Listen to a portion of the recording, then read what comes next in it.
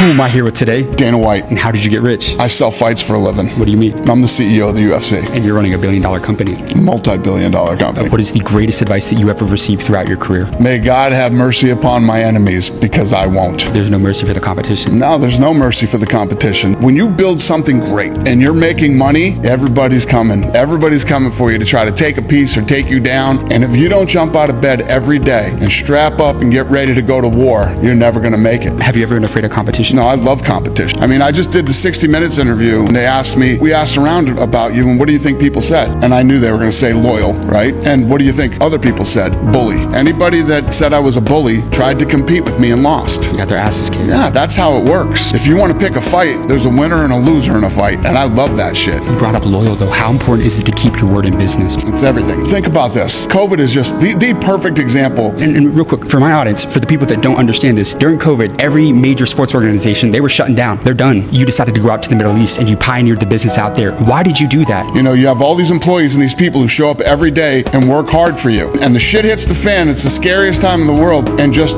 because of money, you're going to just let all these people go. Good luck to you, everybody. I hope you can figure out groceries and toilet paper and whatever else it is. Then everything turns around and comes back. Who the fuck would want to work for you? You know, this motherfucker's a battleship. We go into battle every day and we're either all going down together or not at all. So if your people are loyal to you, then you're loyal to your people. Dana. I say this all the time. I see a lot of this younger generation. They just seem weak to me. I'm 23. How old are you? I'm 56. So whose generation works harder, yours or mine? My fucking generation will run you motherfuckers over and then back over you again. But you think it's easy to stand out in my generation? 100%. And how can somebody stand? Look at what you've done. Look at your success and look at what you've done. You know how you did it. That's why you're asking all the right questions. You know what it takes. A lot of the kids in this generation, I don't see it. There's never been more opportunity for guys like you. Excuse me, sir.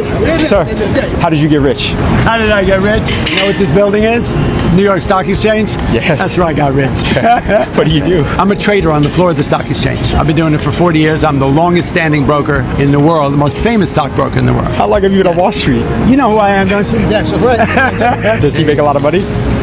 How much money do you make? Well, I trade between $500 million and $1 billion of stock every day. Every single day? Every day. I go all over the world interviewing the richest people to help the younger generation. Can I get a minute with you for my channel? 100%. You have more knowledge of money than 99.9% of people in the world. Give me a lesson about money that is not taught in school that you instill in everybody watching this right now. So one of the things I always talk about, and I love talking to younger people because they're the greatest consumer generation in the world. And one of the most important things is to invest in stocks and not stuff, right? We love to buy stuff. Pretty much most things we buy goes down in value the minute you buy it. It's not rocket science. You know what? No. Think about it. When younger people will ask me, what should I buy? And I'll say to them, go back to high school and walk down the corridor and look at what sneakers everyone's wearing, what phones they use, what computers they're on, what they do in their spare time, and what social media they're on. Buy a little bit of each one of those companies. I know you interview billionaires who have said, you know, how do you become rich? It's letting your money work for you. There's a number out there that says at the age of 18, if you put $250 a month into the S&P 500, right, which is a basket of 500 stocks, at the age of 60, you'll have more than $1 million. Passive investing. If me and you died tomorrow and you had one more guiding principle to leave with the younger generation, what would that be? Now, I'll tell you something. I always get choked up. I've been doing this for 40 years. I've been through so much, being broke for 3 years, losing my brother, my parents, my wife died of cancer last year. Gone through so much. I almost died of COVID. I was given 3 months to live. What was that one thing that kept you going? Because you've been through so much adversity in the last... That I love what I do. I don't need to post a bunch of pictures of me on the back of a Bugatti with stacks of 10,000s. But if I can share what I found, I don't want to be on the mountaintop all by myself. Find something you love to do, get really good at it, and embrace the younger generation. Who am I here with today? Gary Vaynerchuk. How did you make your millions? Marketing. What was the most amount of money that you made in a single year? Personally, high 8 figures, but my business right now is doing $340 million a year in revenue. Gary, you're one of the greatest internet marketers of our generation. You've made brands of billions of dollars. Give me your best marketing and branding advice for anybody in business. Look, I'm gonna do this until I fucking die. Organic social media creative is still, at this exact second, grossly misunderstood and undervalued. Attention's the only currency that's gonna matter. Once this motherfucker was invented, my whole career changed because I knew this was going to become the remote control and reset everything. Why did I know social media was going to work? It was the most scaled form of public communication that I'd ever seen in my life. You know they don't teach that at school, right? I know. Getting into debt at college, if you're a creative or an entrepreneur, is the most fucking insane thing on earth. Gary, give me one lesson about business right here that is not taught in any university. Scaling unscalable behaviors with the human beings that most matter to your outcome is disproportionately the most important thing a CEO can do, and not one fucking person talks about it. For example, I have no fucking time. I'm fighting for every second, but having dinner with 9 teammates that are at year 3 just to let them know I'm a human being and give a fuck and want to know what they care about. It is the fucking missing thing, and I think as the world goes more AI, the non-scalable human interactions and effort you put into the people that you fucking roll with is about to fucking explode in value. If me and you die tomorrow, your last message to the younger generation. You're gonna actually die, so what the fuck are you playing around for? The amount of people right now that are trying to impress people they don't even know or that they don't even like is a fucking pandemic. You got to tune everyone the fuck out, and you've got to live your actual life, because I don't know if you know this, you were not born for a very long time, and when you fucking die, you're gonna be dead forever. So you motherfuckers better squeeze the fuck out of this life, stop crying and start doing. Excuse me, sir? Question for you.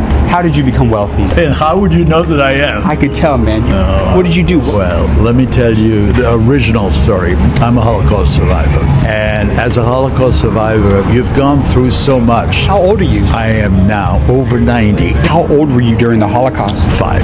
But you learn fast. You grow up fast. You were in concentration camps. Yeah. I got 2 brothers, 2 sisters that died in Auschwitz. What did going through the Holocaust teach you about yourself? It's exactly, you're using the correct word, survival. I mean, a meal for me in hiding, I know it's a little bit disgusting, but the best thing that happened to me is see a cockroach, because that's protein, a rat, a mouse, anything to eat. If you could leave one last message with the world, what would that be? Oh my God, enjoy your family. They're gone so soon sometimes. My father, he died in my arms, shot in my arms at 5 years old. So there are bad people in this world. The one thing I would love to see, just spread love around. That's all I can say. Excuse me, guys. Who's the richest person here?